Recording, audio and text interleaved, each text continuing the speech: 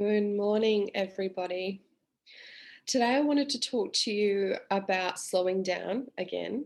But what I would really like to talk to you about is how to detach and stay calm in the midst of chaos. And it's a really interesting experience to have. And especially at the moment with what's happening in the world, it's just so easy to get caught up in the fear of the collective consciousness and the fear of the unknown and the worry and the issues that other people are bringing, the drama, the intrigue, the excitement.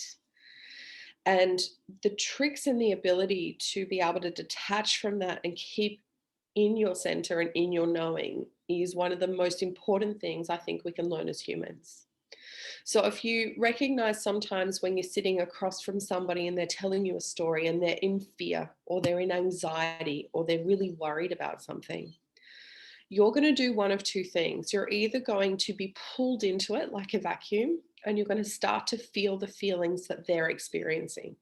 So you're going to start to feel the fear and you're going to start to feel the anxiety. And really good storytellers are amazing at this. And there are so many good storytellers around at the moment where as they're talking, you feel like you're a part of it. You feel like you're a part of the story and you feel like you can't be separated from the person telling it.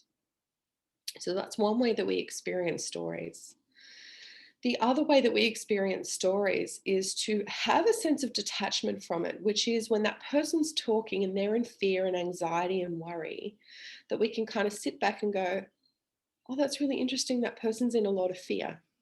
That person's in a lot of anxiety. And you yourself feel quite neutral. You yourself feel pretty calm and relaxed. And you can kind of keep yourself somewhat detached from the drama by observing rather than getting sucked in like a vacuum. And there's a couple of ways that you can allow yourself to stay detached. Now, I just want to really be clear. Detached doesn't mean that you don't care. Detached doesn't mean that you're not listening, and detached doesn't mean that you're not supportive.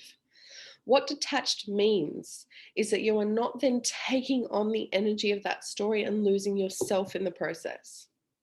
When you're detached, you can actually stay calm. You can actually hold space for that person and you can be a support.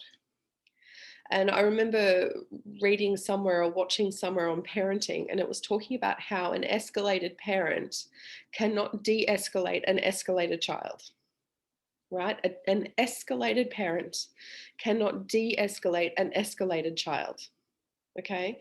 And as a friend, a family member, a community member observing things, that the same thing applies. If we're all escalated, if we're all in a state of anxiety and fear, how can we calm down?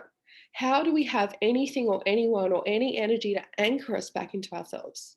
And the only thing that we have really is our own selves, our own sovereign right to stay detached from drama, to stay out of fear, to stay connected to our knowing, connected to our being, connecting to our own trust and love.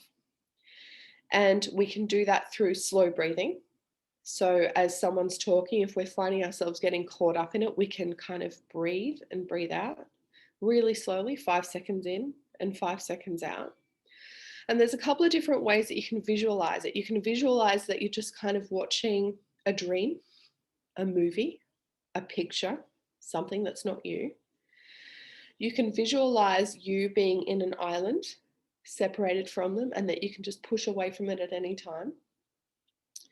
You can visualize that they're actually somebody that is telling you a story that isn't real, that hasn't happened, and that's just part of their experience, not your own experience. All of these things can actually help you to stay detached, and they can actually help you to feel connected and staying connected to who you are within you, rather than what they're doing. And from that place, you can make a choice. You can make a choice to support them. You can make a choice to help de escalate them. You can make a choice to just separate yourself completely, because for some people, they don't want to be de escalated, actually, and they don't want help. They just want to offload, and that's okay too. But whatever your choice is, it's much, much harder to do it if you're also escalated, if you've also stepped into anxiety and fear, and you're joining that collective energy. And at the moment, that collective energy generally is so strong that it's really hard for us to find our center and come back into any level of trust and calm and peace.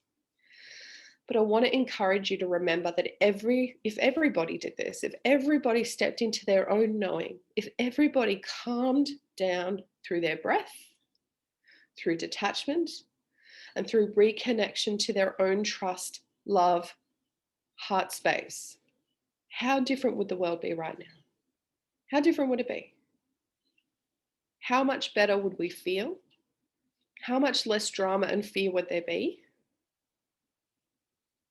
And how much better would our world be if we all did this?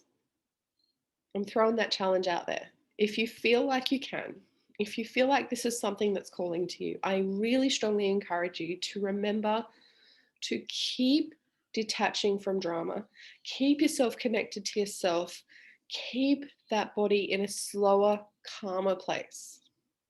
Breathing deeply, detaching from whatever's happening around you. And remember to go into your own knowing. Ask yourself, does this make sense? Does this feel right? Is this good for me? Is this what I want? Keep asking, keep asking, keep asking. I hope that's really helpful. Have an amazing week, and I will see you again soon.